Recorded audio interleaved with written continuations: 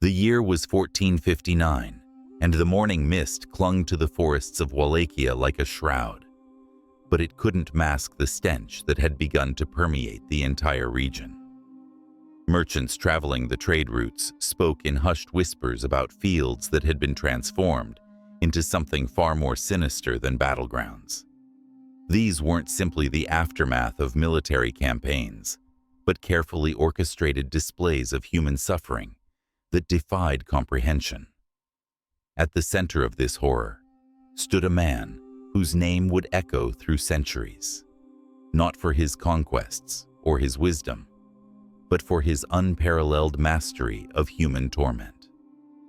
Vlad III of Wallachia had earned his place in history through methods so extreme that even hardened medieval warriors fled rather than face him in battle.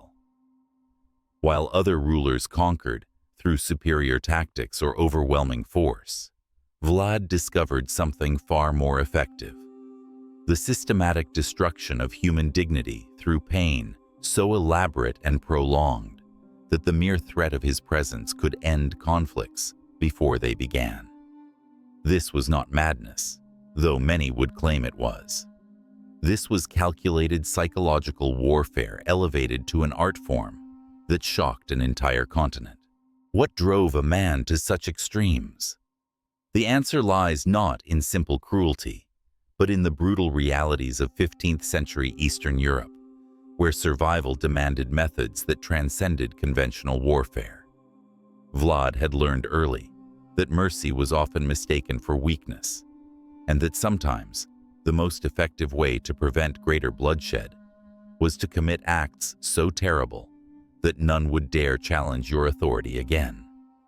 He became the architect of suffering, designing punishments so innovative and horrifying that they transformed the very nature of medieval justice. The techniques Vlad perfected went far beyond simple execution. He understood that death was merely the end of suffering. And his true genius lay in prolonging that suffering while maximizing its psychological impact on both victims and witnesses. Each method he employed served multiple purposes: eliminating immediate threats, deterring future opposition, and creating a reputation that would spread far beyond his borders. His innovations in human torment were so effective that they influenced military strategy throughout Europe for generations. Today, we examine 7 specific tortures that Vlad the Impaler used to terrorize his enemies and subjects alike.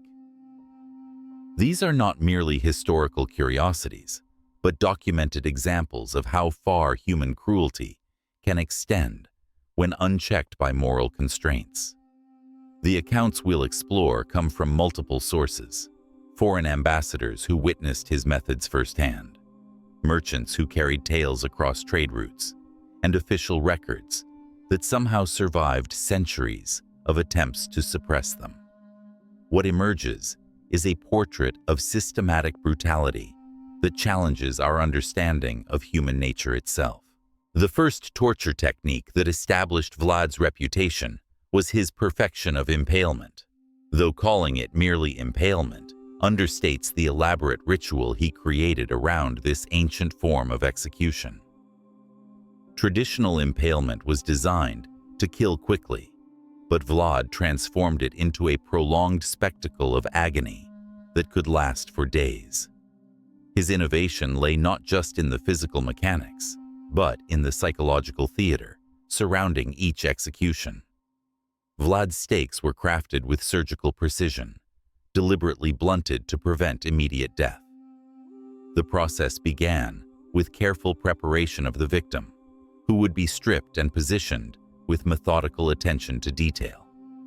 The stake would be inserted slowly, guided to avoid vital organs during its initial penetration. This required considerable skill from the executioners, who became masters of anatomy through their grim practice. The goal was to ensure the victim remained conscious and aware throughout most of the ordeal. Once positioned, the stake would be raised upright, allowing gravity to gradually draw the victim downward as the wood worked its way through the body cavity. Different positioning techniques produced varying results. Sometimes the stake would emerge through the chest, other times through the shoulder or back. The most skilled executioners could predict with remarkable accuracy how long each victim would survive based on the angle and positioning of the stake. The psychological impact extended far beyond the immediate victim. Vlad would arrange his impaled prisoners in geometric patterns, visible from great distances, creating forests of the dying that served as monuments to his power. These displays were strategically positioned along major roads and near population centers, ensuring maximum visibility and impact. Travelers would encounter these horrifying gardens days after the executions, when decomposition had begun, but many victims remained alive. Contemporary accounts describe the sounds that emanated from these displays, a constant chorus of moaning, crying, and pleading that could be heard from miles away. The psychological effect on those who witnessed these scenes was profound and lasting. Many reported nightmares that persisted for years, and some merchants began avoiding Wallachian territory entirely rather than risk encountering such sights. The second technique in Vlad's arsenal was flaying, the systematic removal of skin from living victims.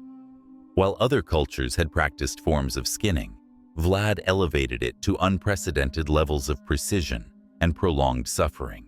His executioners developed specialized tools and techniques that allowed them to remove skin in strips while keeping the victim alive and conscious throughout the process. The procedure would begin with small incisions, typically starting at the extremities and working inward.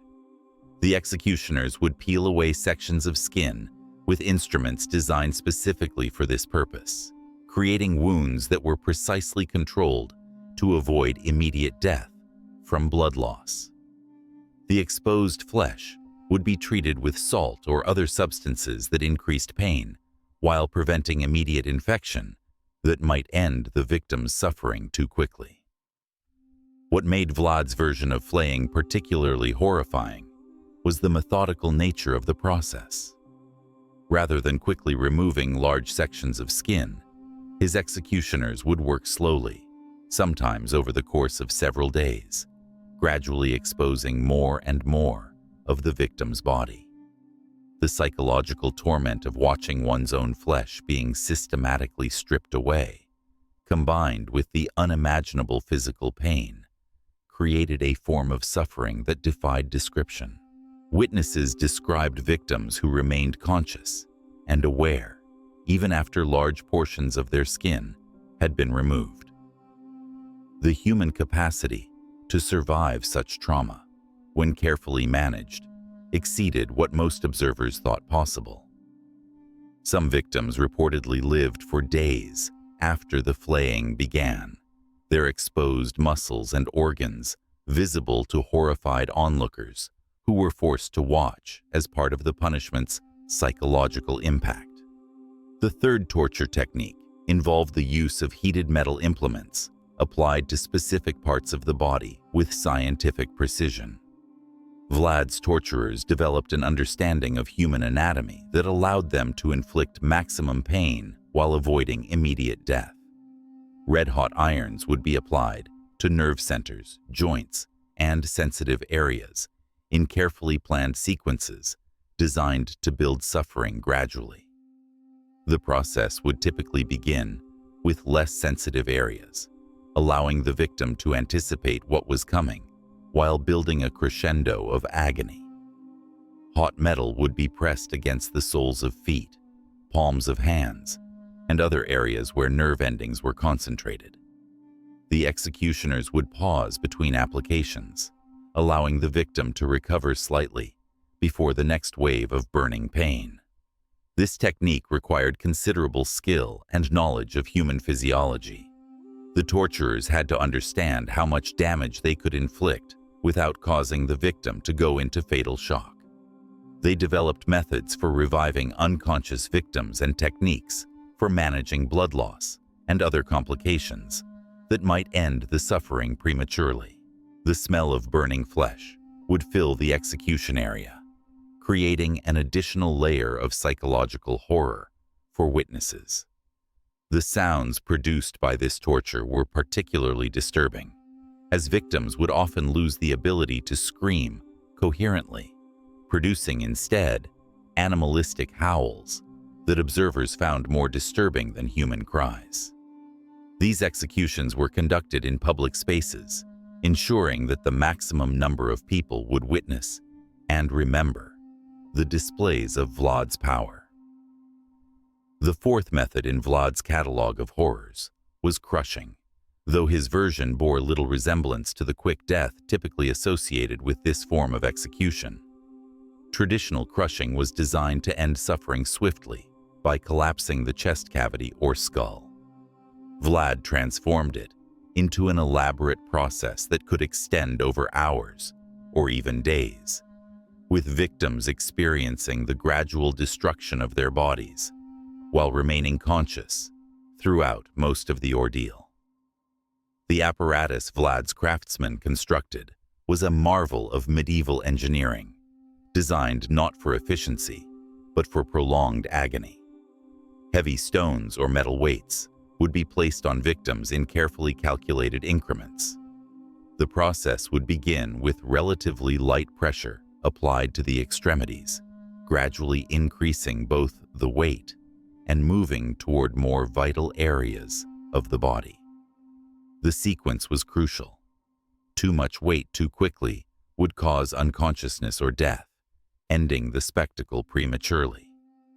Executioners would start by placing stones on the victim's fingers and toes, applying just enough pressure to cause intense pain without crushing the bones completely. As hours passed, additional weight would be added, and the crushing would progress to hands and feet, then arms and legs. The sound of bones slowly splintering under increasing pressure created an auditory component to the torture that was almost as disturbing as the visual spectacle. What distinguished Vlad's crushing from other forms was the psychological element he incorporated. Victims could see the stones being prepared, could watch as executioners selected each additional weight that would be added to their suffering. This anticipation created a mental torment that began long before the physical crushing commenced. Some victims reportedly begged for death within the first hour, knowing that many more hours of increasing agony awaited them. The medical precision required for this torture was remarkable. Executioners had to understand exactly how much pressure human bones could withstand before breaking, how to manage internal bleeding, and how to prevent the victim from losing consciousness too early in the process. They developed techniques for reviving victims who fainted from pain, ensuring that the suffering could continue for its intended duration. The fifth technique involved the systematic destruction of the victim's sensory capabilities, a form of torture that Vlad pioneered and that would later influence methods used throughout medieval Europe. This wasn't simply about inflicting pain, but about gradually removing the victim's connection to the world around them while keeping them alive and aware of their progressive isolation. The process would typically begin with the eyes. Rather than simply blinding victims quickly, Vlad's torturers developed methods for gradually destroying vision over time. They would use heated needles to puncture the corneas, creating partial blindness that would worsen over hours or days. Sometimes they would apply corrosive substances that would slowly eat away at the eye tissue, allowing victims to watch their own vision fade as the torture progressed. Hearing would be the next sense to be systematically destroyed. Molten metal or boiling oil would be carefully poured into the ears, not in quantities sufficient to cause immediate death, but in precisely measured amounts that would destroy the inner ear while leaving the victim conscious. The psychological impact of losing hearing, while still enduring physical torture, added layers of terror that observers found almost impossible to describe. The destruction of the sense of touch came through the application of substances that would deaden nerve endings in specific areas of the body. Victims would lose feeling in their extremities first, then gradually lose sensation throughout their bodies while remaining aware of their predicament. This created a horrifying disconnect between mind and body that drove many victims to complete psychological breakdown. The sixth method in Vlad's repertoire involved what contemporary observers called the dance of death, though it bore no resemblance to the medieval artistic motif of the same name. This torture involved forcing victims to participate in their own destruction through carefully choreographed movements that would gradually increase their suffering while providing entertainment for spectators. Victims would be suspended by chains or ropes in positions that required them to maintain specific postures to avoid immediate death or increased pain.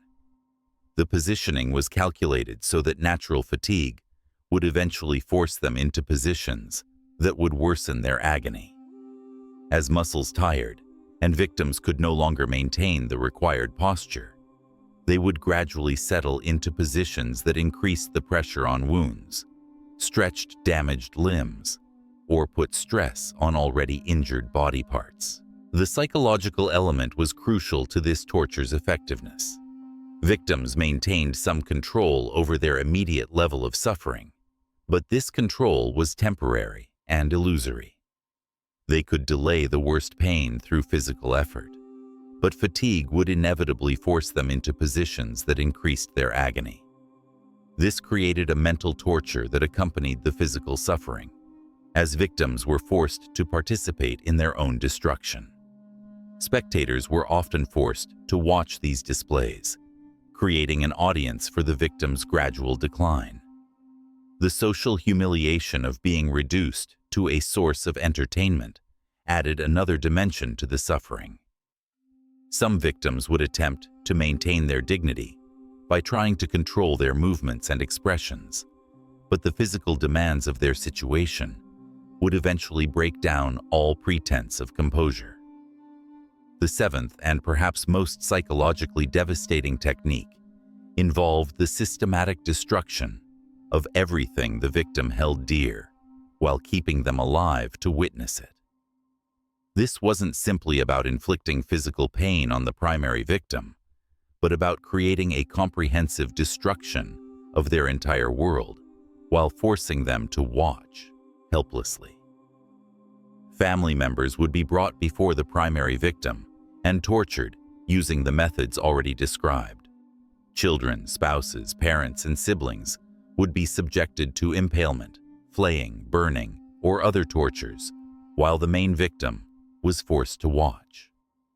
The psychological agony of witnessing loved ones suffer often exceeded the physical pain the victim was experiencing themselves.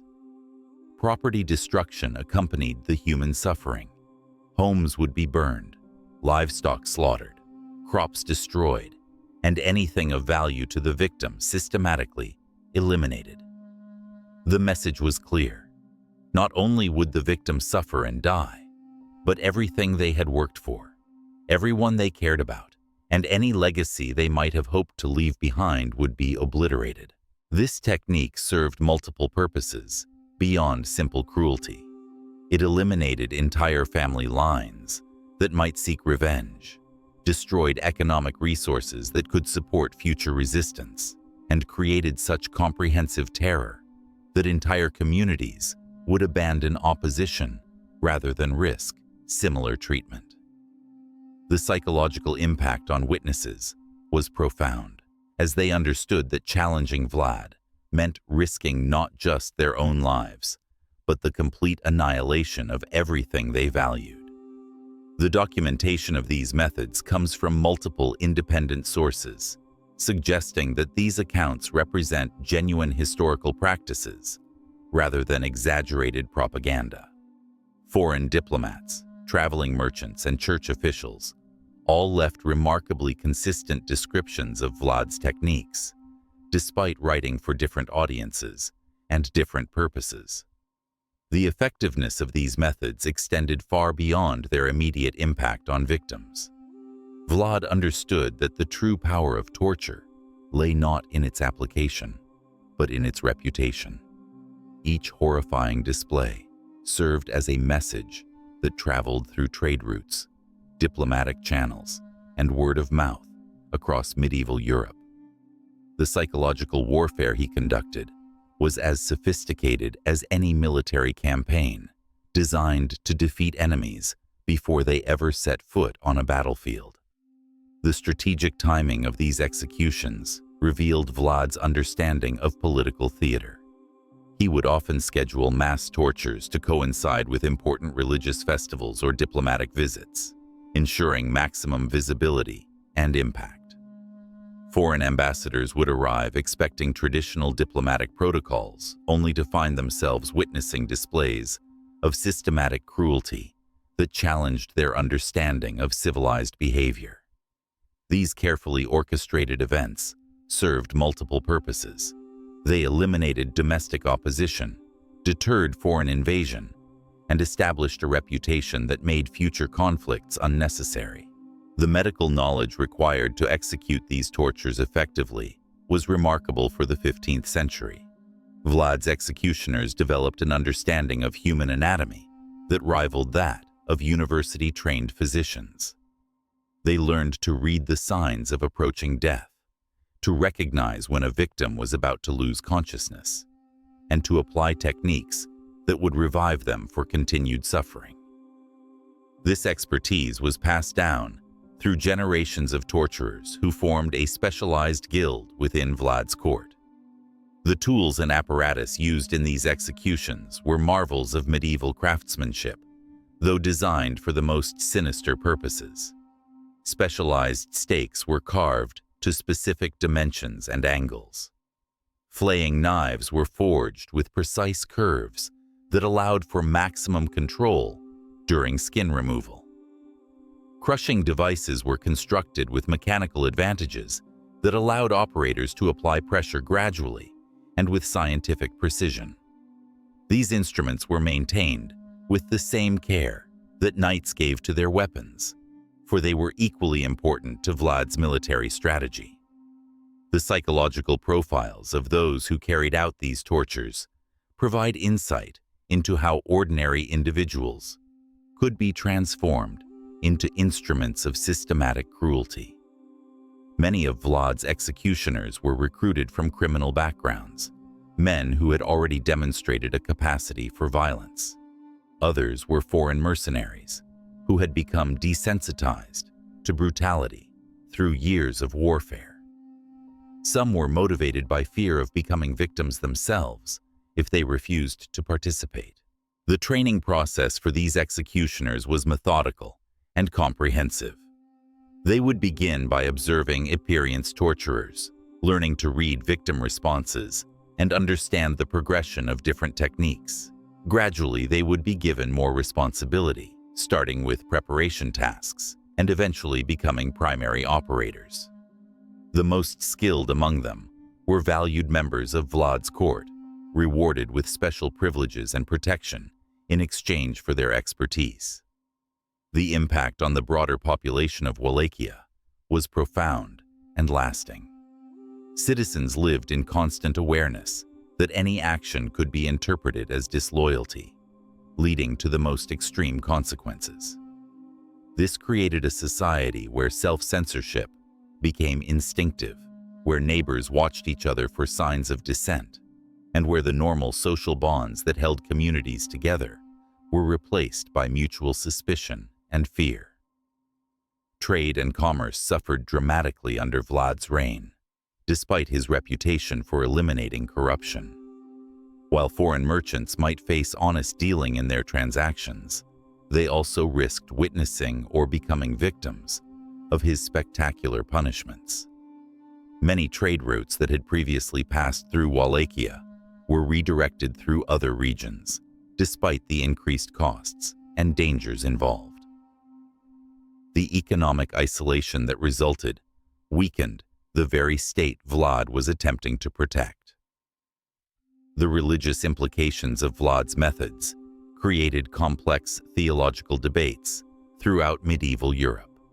While he positioned himself as a defender of Christianity against Ottoman expansion, his techniques raised questions about the compatibility of such extreme cruelty with Christian doctrine. Some religious authorities argued that any methods were justified in defending the faith, while others condemned his practices as fundamentally unchristian, regardless of their strategic purpose. The documentation and record-keeping surrounding these executions was surprisingly thorough. Vlad's administration maintained detailed records of who was tortured, when, and for what offenses. These documents served both practical and psychological purposes. They provided legal justification for the punishments while also serving as a catalog of horrors that could be referenced to intimidate future potential opponents. The bureaucratization of cruelty added an additional layer of horror to the entire system. The international diplomatic consequences of Vlad's reputation were complex and far-reaching. While his methods initially served to deter invasions and eliminate domestic opposition, they eventually made normal diplomatic relations nearly impossible. Foreign powers found it increasingly difficult to negotiate with a ruler whose methods violated every accepted norm of international conduct. This isolation ultimately contributed to his downfall, as potential allies abandoned him rather than risk association with his extreme practices. The physical locations where these tortures took place became pilgrimage sites of horror for generations. Execution grounds were marked by permanent changes to the landscape, soil stained with blood that never quite returned to its natural color, areas where nothing would grow despite the passage of years, and structures built specifically for torture that remained as monuments to human cruelty long after Vlad's death. The seasonal patterns of executions revealed another calculated aspect of Vlad's psychological warfare. He would often increase the frequency and severity of punishments during winter months, when victims would suffer additional torment from cold, or during summer when heat would accelerate decomposition and increase the visual and olfactory impact on witnesses. These timing considerations demonstrated that every aspect of his torture program was carefully planned for maximum effect. The social hierarchy of victims reflected Vlad's understanding of symbolic messaging. Common criminals might face relatively quick deaths, while political opponents would endure the most elaborate and prolonged sufferings. Foreign prisoners received special attention, as their treatment would be reported back to their home countries. The correlation between the victim's status and the severity of their punishment created a clear message about the consequences of challenging Vlad's authority at different levels. The aftermath of mass execution events created logistical challenges that revealed the industrial scale of Vlad's operations.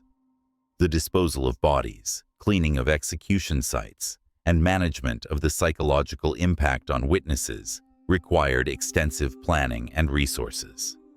Special crews were trained to handle these tasks, and detailed protocols were developed for managing the practical consequences of systematic torture and execution.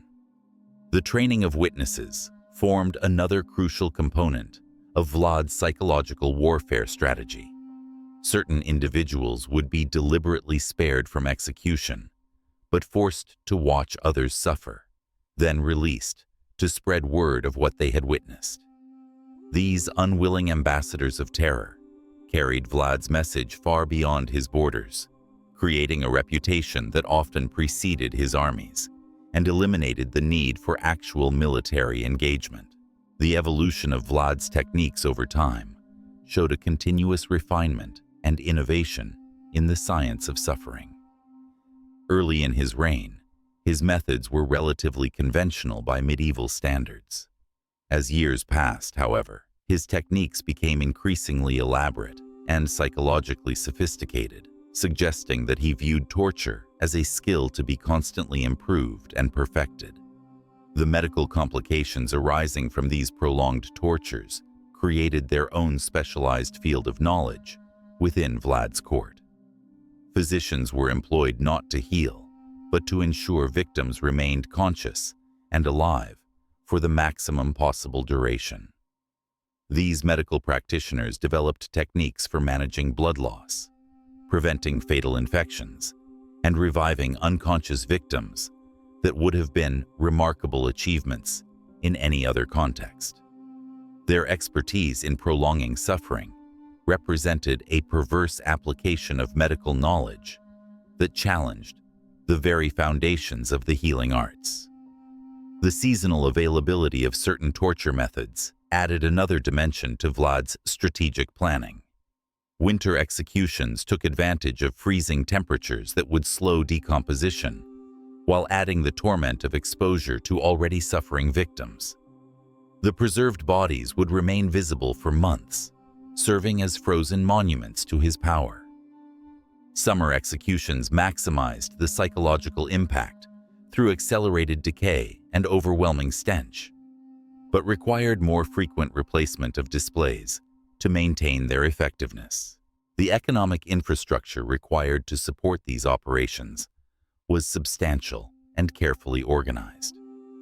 Specialized craftsmen were employed to create torture devices, maintain execution sites, and develop new instruments of suffering. Entire workshops were dedicated to producing stakes, chains, cutting implements, and crushing apparatus.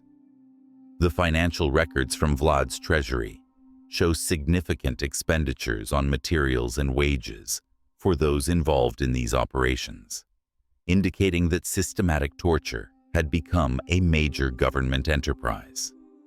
The psychological conditioning of the general population through exposure to these methods created a society unlike any other in medieval Europe. Children grew up witnessing public executions as routine events, developing a tolerance for extreme violence that shaped their entire worldview. Adults learned to suppress natural empathy and compassion as survival mechanisms. The social fabric of Wallachia was fundamentally altered by the constant presence of systematic cruelty. The recruitment and training of torture specialists required careful attention to psychological profiles and natural aptitudes. Vlad's administrators developed methods for identifying individuals who possessed both the technical skills and emotional detachment necessary for their roles. Some were recruited from among criminals already sentenced to death, offered survival in exchange for service. Others were foreign mercenaries whose previous experiences had prepared them for such work. The most valued were those who demonstrated innovation and creativity in developing new techniques. The documentation system surrounding these executions served multiple purposes beyond simple record-keeping. Detailed descriptions of methods and outcomes were compiled into what amounted to instructional manuals for future torturers. These documents included anatomical diagrams, procedural guidelines, and case studies of particularly effective or innovative techniques. The bureaucratization of cruelty reached levels that would not be seen again until much later periods of history. The international intelligence networks that emerged to monitor and report on Vlad's activities created an unprecedented flow of information about systematic torture techniques. Foreign courts maintained detailed files on his methods, partly for defensive purposes and partly out of morbid fascination. These intelligence reports influenced military and political strategies throughout Europe, as rulers sought to understand and potentially counter the psychological warfare advantages Vlad had developed. The religious responses to Vlad's methods varied dramatically across different Christian denominations and Islamic authorities. Some Orthodox Christians viewed his actions as justified defense against Ottoman expansion, while Catholic authorities expressed horror at techniques that violated fundamental Christian principles. Islamic scholars condemned his methods while simultaneously documenting them for military intelligence purposes. These religious debates created theological controversies that persisted long after Vlad's death. The architectural modifications required to support large-scale torture operations transformed the physical landscape of major Wallachian cities. Execution grounds were expanded and equipped with permanent installations for various torture methods. Viewing areas were constructed to accommodate crowds of witnesses. Drainage systems were installed to manage the bodily fluids that resulted from mass executions. These infrastructure changes represented permanent alterations to urban environments that reflected the central role torture had assumed in Vlad's governance. The development of specialized vocabulary and terminology around these practices created a linguistic legacy that influenced Romanian and broader Eastern European languages. New words were coined to describe specific techniques, stages of suffering, and gradations of torture. This vocabulary entered common usage and persisted in regional dialects for centuries, providing linguistic evidence of the profound cultural impact of Vlad's methods. The psychological impact on foreign observers who witnessed these techniques often resulted in what we would now recognize as post-traumatic stress. Diplomatic reports contained descriptions of ambassadors who returned home unable to function normally, merchants who abandoned lucrative trade routes rather than risk re-exposure, and military commanders who refused assignments that might bring them into contact with Vlad's forces. The psychological casualties of his warfare extended far beyond his immediate victims. The systematic study of victim responses led to the development of what amounted to a primitive psychology of suffering.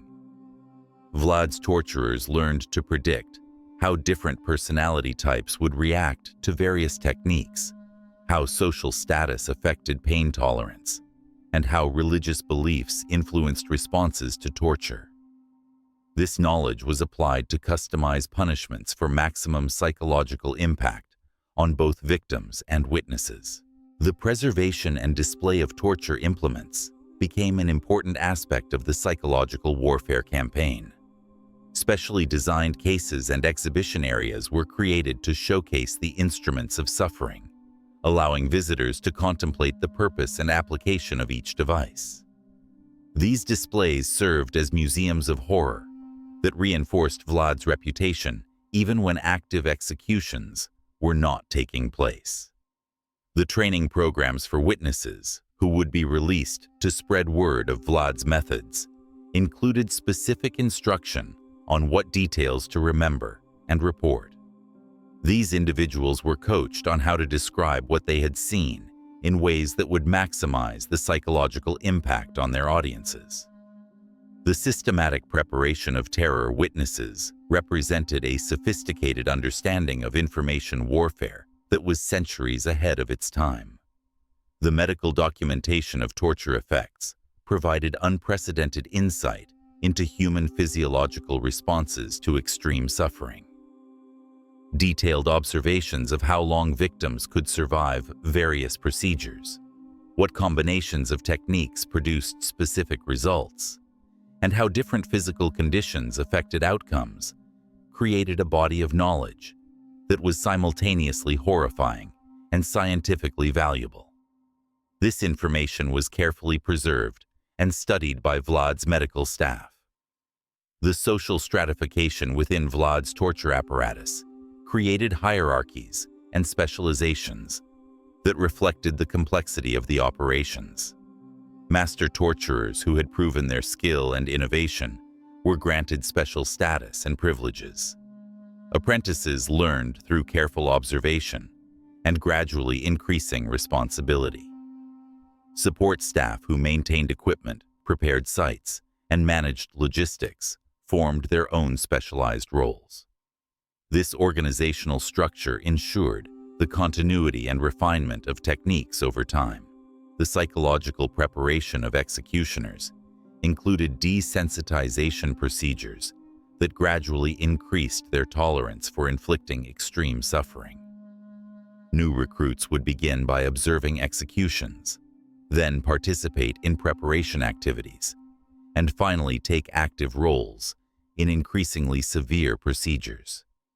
This systematic conditioning process was necessary to create individuals capable of carrying out the most extreme techniques while maintaining the precision and control required for maximum effectiveness. The documentation of victim responses during different phases of torture created detailed case studies that were used to refine and improve techniques. These records included observations of how pain affected cognitive function, how fear influenced physical responses, and how hope or despair changed victim behavior. This information was systematically analyzed to develop more effective methods for achieving specific psychological and physical effects. The management of public reaction to mass execution events required careful orchestration of crowd control, information dissemination, and social conditioning.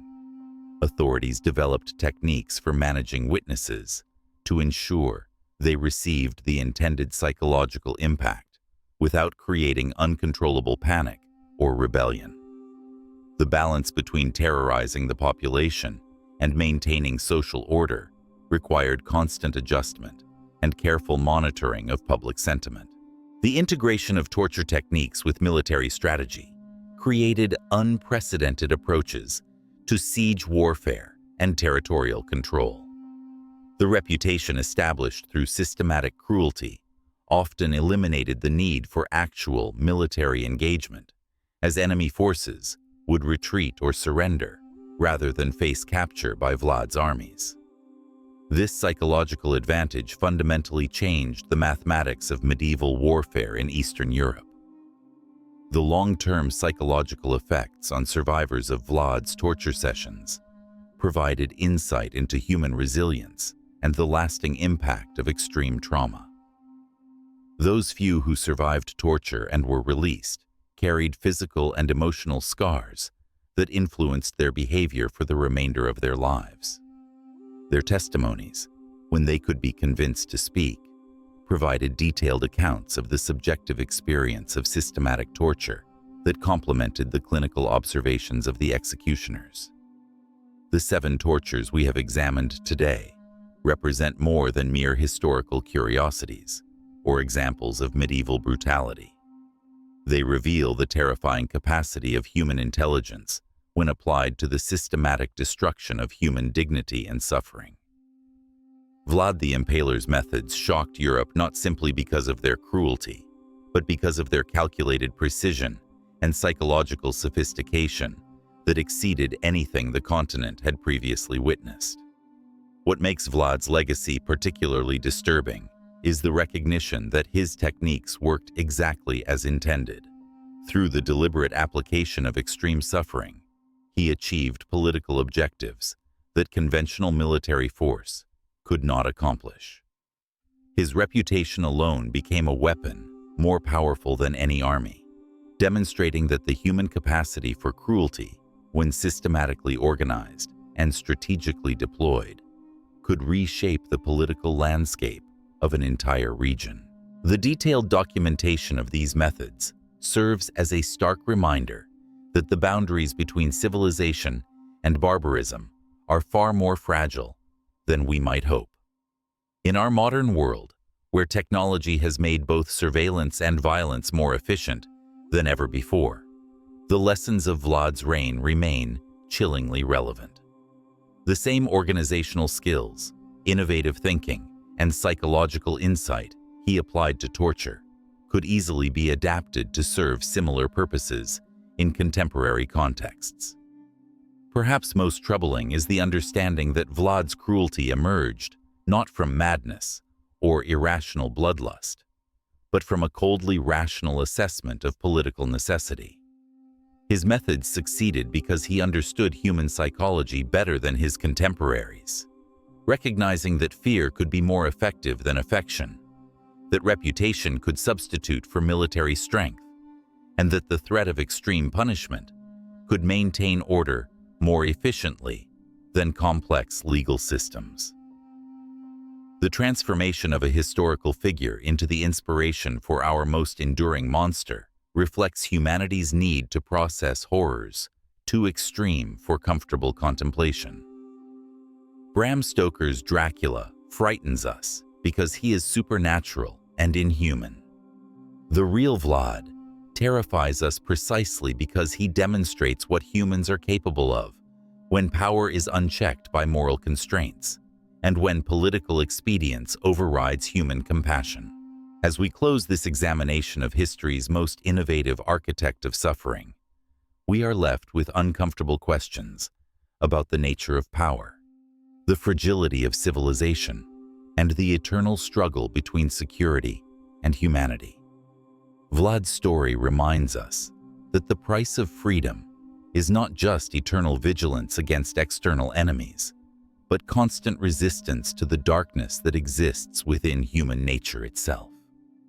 The methods that shocked Europe over 5 centuries ago continue to whisper warnings about what we might become when we abandon the moral boundaries that separate civilization from chaos.